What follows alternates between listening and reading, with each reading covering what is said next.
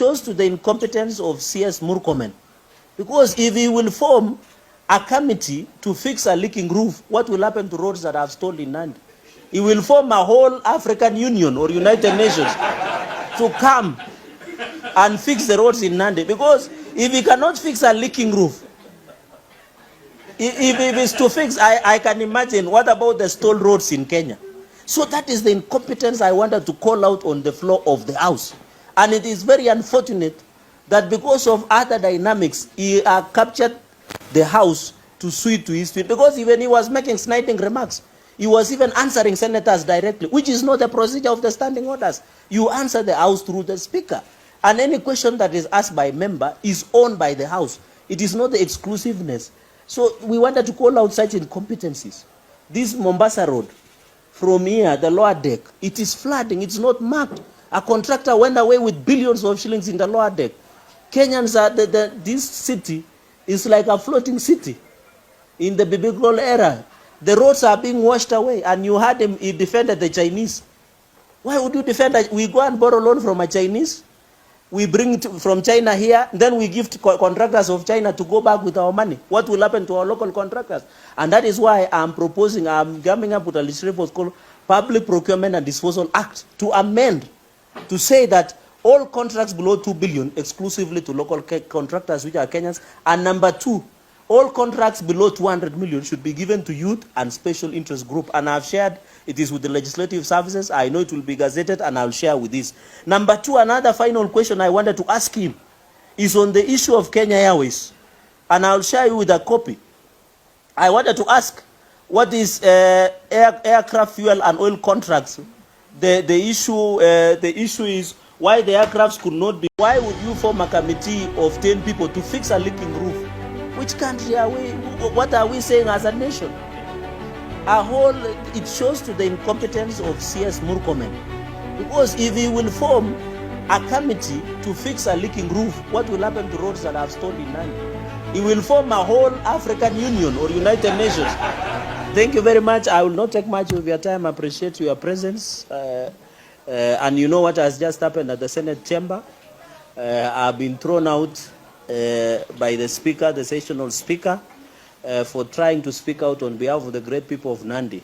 I know, as you are aware, as per the standing order of the Senate, this today was the appearances of cabinet secretaries, cabinet secretary of roads, cabinet secretary of sports and arts, and also cabinet secretary of national treasury. The tradition of parliament is that after the main question has been asked in the Senate, you are given opportunity to ask a supplementary question. And it is very unfortunate, because I have been waiting for the CS of Roads Murkomen to grill him and ask questions in the Senate as per the standing orders. As you are aware, 2 weeks ago or one week ago, they came and insulted me. He came and insulted me in Nandi. And it's the same questions I wanted to ask today is the questions that were that have been there. For example, about Kaiboi Chepterwai Chepsaita Road, there was Nandil Simaki Road, there was Lesos Cheptiret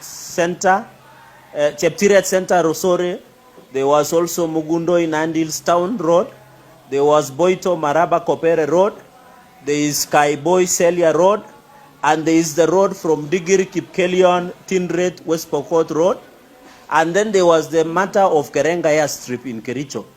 And also the issue of train towards Bomet in Rift Valley. So, members of the press, these were my questions that I wanted to bring to the attention of the CS as per the standing order 51 of the Senate standing orders. So, unfortunately, the Speaker found it wise or unwise not to allow me. And I had sat from 9:30 patiently, and I had queued even on the dashboard. I was number 1. And I wanted to speak. I was not speaking because, as Cherargei, I was speaking on behalf of many Kenyans and people of Nandi who elected me. And these roads have stalled since 2017. The CS in January 2023 came to Mosoriat in Nandi and said within 3 weeks, these contractors would have reported to the pathetic road in Nandi. Even the one of, there was one of Chemuswa Danger. All those roads was supposed, the contractor should have reported. So these were just my simple questions that I wanted to ask the CS of roads. And it looks like the house was captured by the CS of roads, because I am a ranking member. I had queued earlier, and there is a standard and tradition of parliament where you give priority to ranking members. It has been established in Commonwealth tradition. Number two, the question was on Kerenga airstrip, Eldoret International Airport, Kisumu International Airport, the leaking, JKI roof. Those were my questions that I wanted to ask, to find why would you form a committee of 10 people to fix a leaking roof? Which country are we, what are we saying as a nation? It shows to the incompetence of CS Murkomen. Because if he will form a committee to fix a leaking roof, what will happen to roads that have stalled in Nandi? He will form a whole African Union or United Nations to come and fix the roads in Nandi. Because if he cannot fix a leaking roof, if it's to fix, I can imagine, what about the stalled roads in Kenya? So that is the incompetence I wanted to call out on the floor of the House. And it is very unfortunate that because of other dynamics, he captured the House to suit to his feet. Because even he was making sniping remarks. He was even answering senators directly, which is not the procedure of the standing orders. You answer the House through the Speaker. And any question that is asked by a member is owned by the House. It is not the exclusiveness. So we wanted to call out such incompetencies. This Mombasa Road, from here, the lower deck, it is flooding. It's not marked. A contractor went away with billions of shillings in the lower deck. Kenyans are, this city is like a floating city in the biblical era. The roads are being washed away, and you heard him, he defended the Chinese.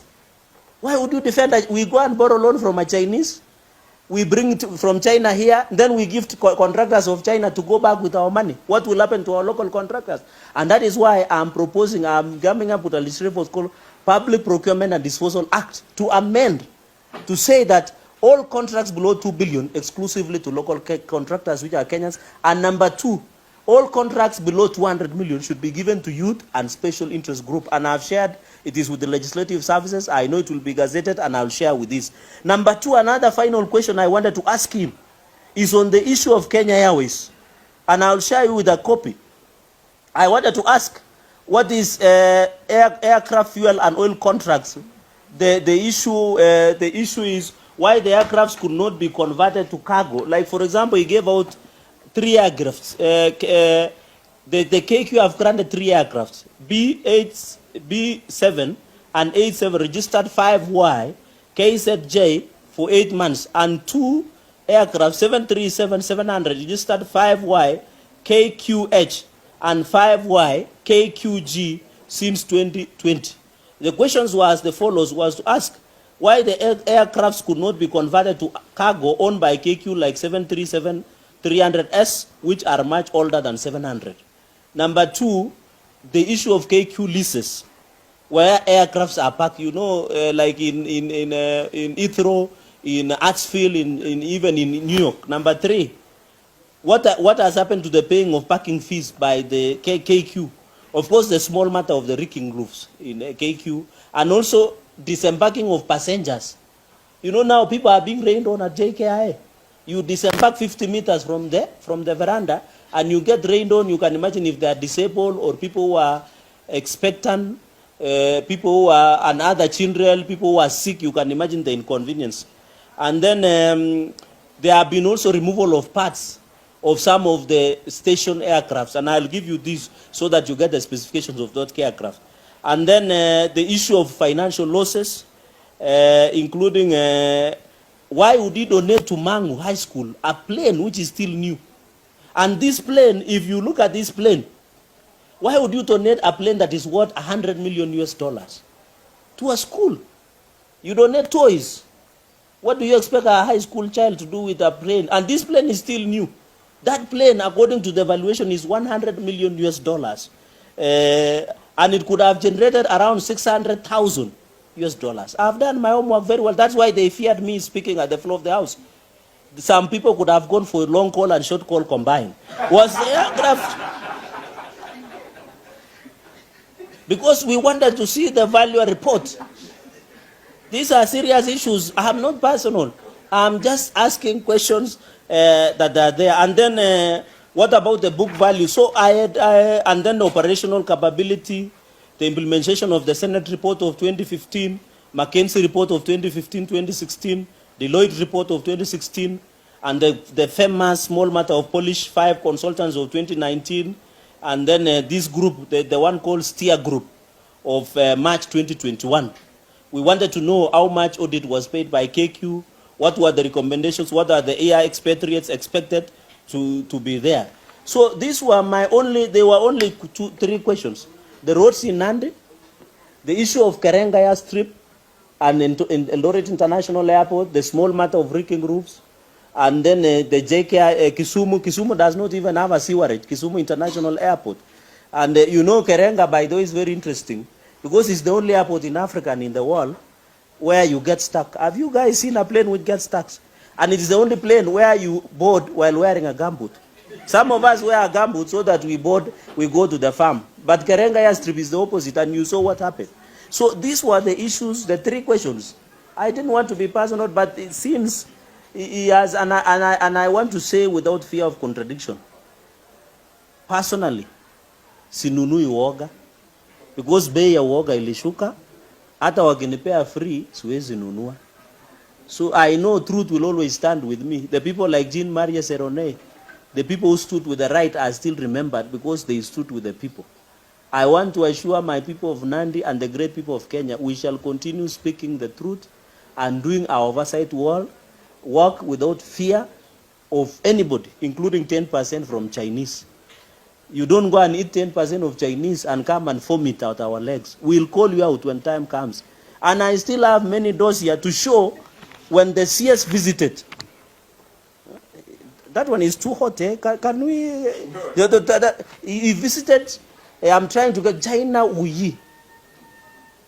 In China, he has visited China severally. And you heard at the floor of the house defending Chinese contractors. Where will the hustler contractors who voted for us go if you are giving them contract? Because he received a bribe, and I am daring him to come clean on the allegation of receiving $100 million from China Wuyi when he visited in the month of between June and October. I want him to come out and tell the country. Because every time when he came to insult me in the funeral, he defended the Chinese contractor. Who will defend Kenyans who are contractors? Or does it mean Kenyans, we don't have capacity of doing roads? Even slashing and clogging drainages, do we need Chinese to come and slash? Where will our young people who do not have jobs go? So I want to dare him to tell the country what agreement did they agree on allegations of receiving $100 million from China, where he was paid an affront of $50 million. And we have all the facts. We have the flight manifest. We know where the money is in Dubai. It is that some of us are just keeping what we call decency, but it has reached a time that the country must know the truth.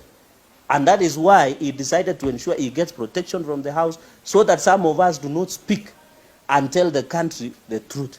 So no questions, I will rest at that. I will keep you in touch. I'll just give you the one of KQ so that you can get you can share, because I have a copy, so that you get that specification of that aircraft. And I know media have been very critical to him going around the world. He has been trying to mobilize resources and ensure those resources are brought to the country. My only problem has been cabinet secretaries who sleep on the job, because the president has gone out, talked to the IMF, talked to everybody to get resources. So this year should work. Some of them, instead of working, they go on a shopping spree. They wear 130,000. It's called Salvatore Barmaco. They wear expensive watches. They wear a lot of things instead of concentrating on the core business. And that is our concern. And you know, as the oversight, we have also to assist. And you heard what I said in Bomet before the president. Finally, the president is keen on ensuring equitable development across the country. But the Kiswahili word say, kila mwamba ngoma uvuta kwake. Since I'm elected by the people of Nandi, I am there to always ask, just like any elected leader, to say, where is the share of Nandi? Other people from Mandera will do so. So kila mwamba ngoma uvuta kwake. I cannot answer for the other regions. I can only answer for Nandi, because there are many projects. Of course, issue of subsidized fertilizer, we thank the president, that one has been done. Yesterday we commissioned dryers of maize, it has been done. The price of maize is doing very well. Coffee and sugar reforms are ongoing. The issue of milk prices is being addressed. So this issue of roads, This issue of roads, because CS Linturi brought to us Dias to Mosori at NCPB yesterday. This issue of roads is because somebody incompetent is busy demeaning some of us and insulting. And you know, my brother Murkomen is busy insulting people in funerals than fixing roads. And that is why I was assisting him, telling him, get back to road. You know, they say when you miss the road, get back to road. So thank you very much. God bless you. All the best. Thank you very much. More radio, 88.2 FM. We are in charge.